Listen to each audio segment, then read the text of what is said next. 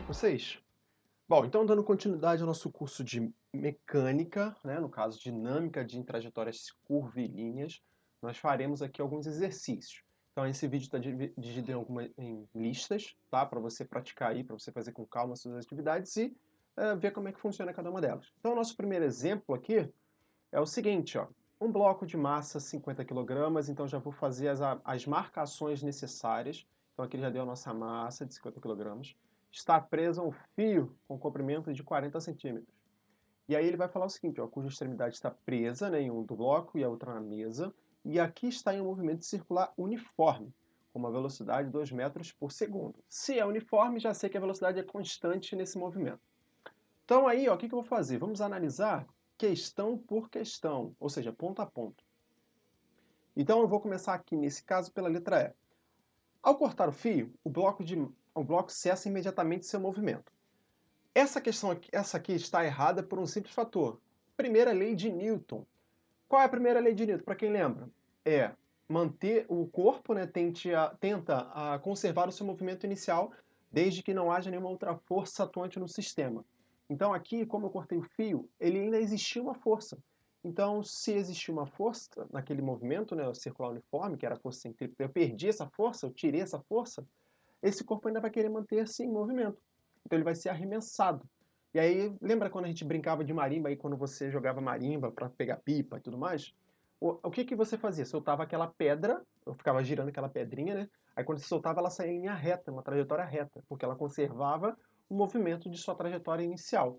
Então aqui, ó, esse cara aqui não vai existir, porque ele não vai parar de se movimentar, tá?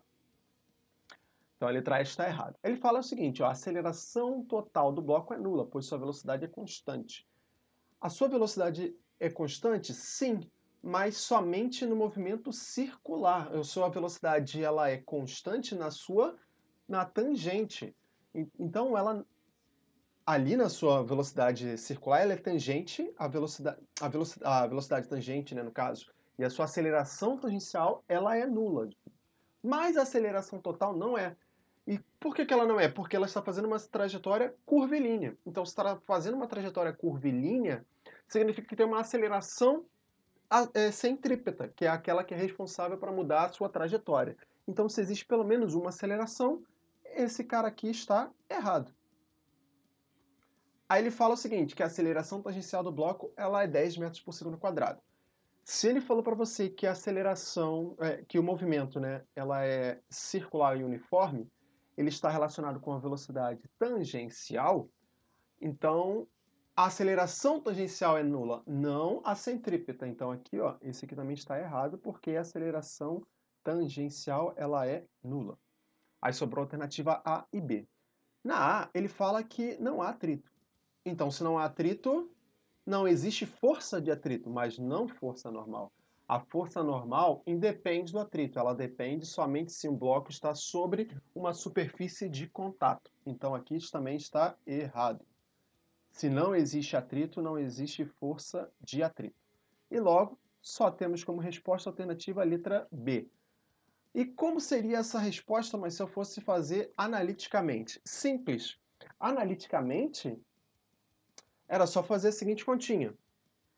Força. Aí o que nós vamos fazer? Vamos desenhar nosso sisteminha aqui, ó. Uma circunferência e eu tenho meu bloquinho. Eu sei que ele tem uma velocidade tangencial, que aqui é constante. E aqui eu tenho uma circunferência. Então, se está fazendo uma trajetória, que eu sei que eu tenho uma força atuante para cá. E a gente chama ela de força o quê? Força centrípeta. Ele falou o raio, ele definiu o raio, que vale 40 centímetros. Logo, isso é igual a 0,4 metros. Bom, então, continuando aqui, então, vamos fazer o seguinte. A única força atuante no sistema é a força centrípeta. Então, a força centrípeta é igual à força resultante. Então, minha força resultante vai ser igual a massa vezes a aceleração centrípeta. Então, como é que vai ficar minha força resultante? Massa vale 0,5 vezes a aceleração centrípeta, que é v ao quadrado sobre o raio. Então, vamos lá substituindo os valores agora totais. Então, 0,5 vezes a velocidade, né? Que vale 2 metros por segundo ao quadrado, sobre o raio, que é 0,4. Então, a força resultante, que é a centrípeta. Então, aqui, números fracionários, né? Eita. Números fracionários aqui, ó, a gente pode simplificar. Então, vai ficar 5 vezes 2 ao quadrado vai dar 4 sobre 4. Simplifiquei esses dois aqui. Então, a minha força resultante vale 5 newtons. Então, essa é a nossa resposta, como nós já tínhamos, indo somente analisando questão por questão. Tá bom? Esse é o gabarito. Então, a próxima questão diz o seguinte, ó. Um automóvel de massa 80 kg. Então, vamos lá marcando nosso textinho. Então, aqui eu tenho uma massa do automóvel e a massa do rapaz, do motorista. Passa pela parte mais baixa com depressão de 20 metros. E a velocidade escalar nesse ponto mais baixo equivale a 72 km por hora. Ele quer a força resultante no veículo, tá?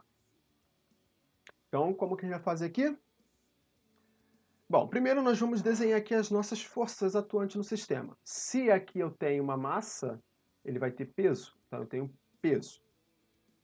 Se ele vai ter força normal, porque está numa superfície de contato, então normal.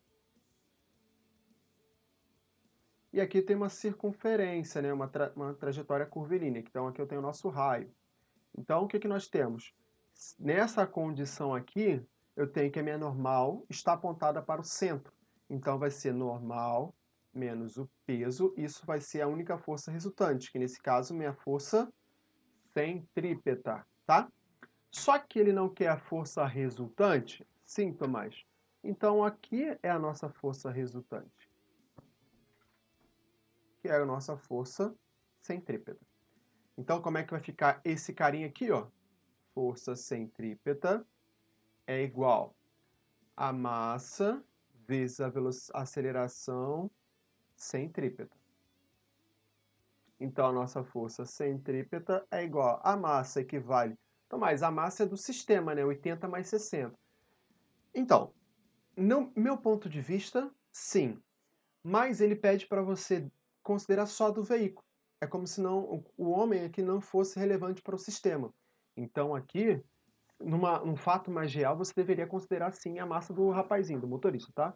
Mas essa questão ele colocou uma forma mais simplificada, só vou considerar o meu veículo. Se ele falasse do sistema, do conjunto, aí você consideraria do homem também, tá? Do motorista. Então vai ficar a massa vale 800 vezes a aceleração centrípeta, que é v ao quadrado sobre o raio.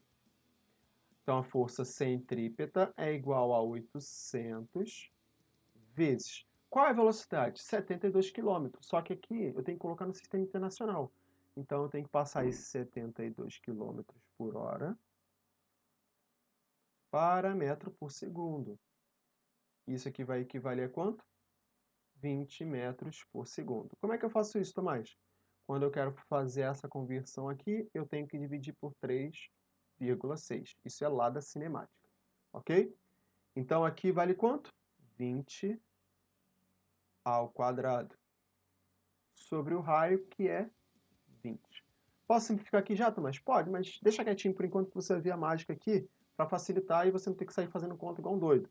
Então vai ficar 800 vezes 20 ao quadrado é 20 vezes 20 sobre o 20 do raio.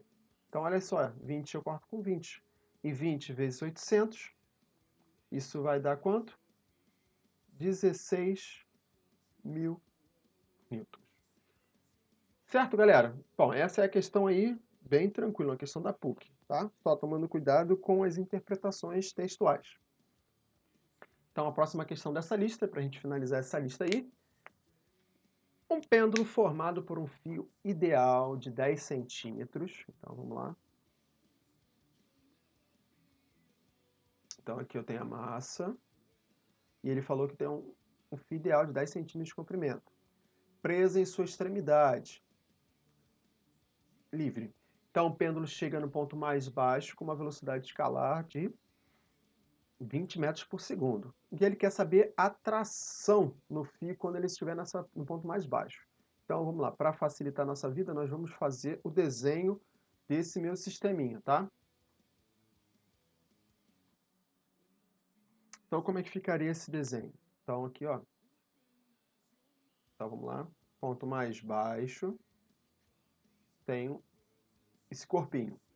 E aí ele está fazendo uma trajetória curvilínea. Então, ele foi solto daqui de cima e começou a cair, tá? Então, como é que vai ficar isso aqui? Deixa eu fazer um desenho melhor.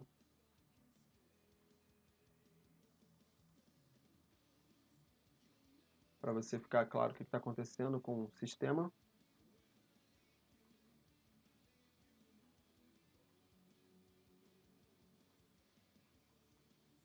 Rapidinho, então vamos lá. Então é como se eu tivesse uma pedrinha aqui e ela foi solta, fazendo toda essa trajetória aqui curvilínea, tá ok? Então eu sei o seguinte, eu sei que esse aqui é o meu raio, esse carinha aqui está no ponto mais baixo, então ele vai ter a força peso, porque tem uma massa, e ele vai ter uma força do fio, que é a força de tração. Aqui eu sei o seguinte, eu sei que a minha força de tração menos a força peso é igual à minha força centrípeta, que é a única resultante do sistema.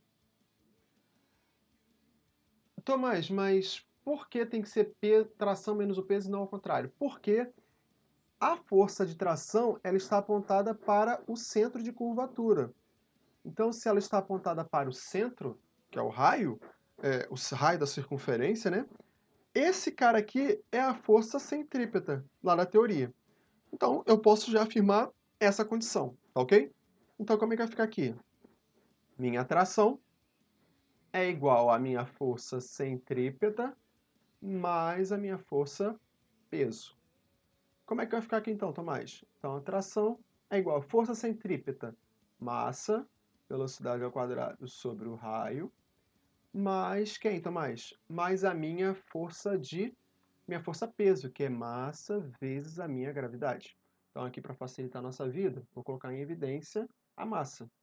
Massa em evidência, então vai ficar velocidade ao quadrado sobre o raio, mais o meu G. Agora eu vou fazer o quê? As suas devidas substituições de valores, né? Então, a nossa massa, quanto que vale a nossa massa? Então, vamos lá.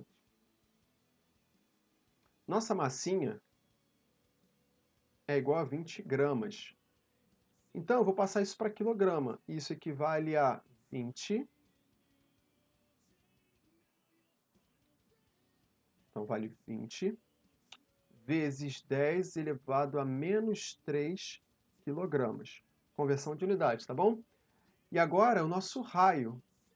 O raio equivale a 0,1 metro. Ele fala que vale 10 centímetros.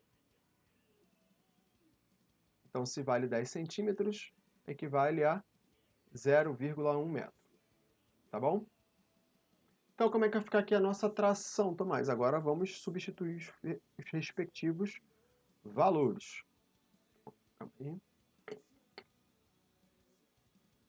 Então, a minha tração é igual a massa, que vale a 20, vezes 10 elevado a menos 3, que vai multiplicar. A velocidade vale 2 metros por segundo ao quadrado, sobre o raio, que vale 0,1, mais a gravidade que ele falou para você adotar, que equivale a quanto? 10 metros por segundo ao quadrado. Então, vai ficar a tração é igual a 20 vezes 10 elevado a menos 3 multiplicado por 2 ao quadrado vale 4 sobre 0,1. 1 mais 10. Então, aqui vai ficar 20 menos 10 vezes 10, perdão.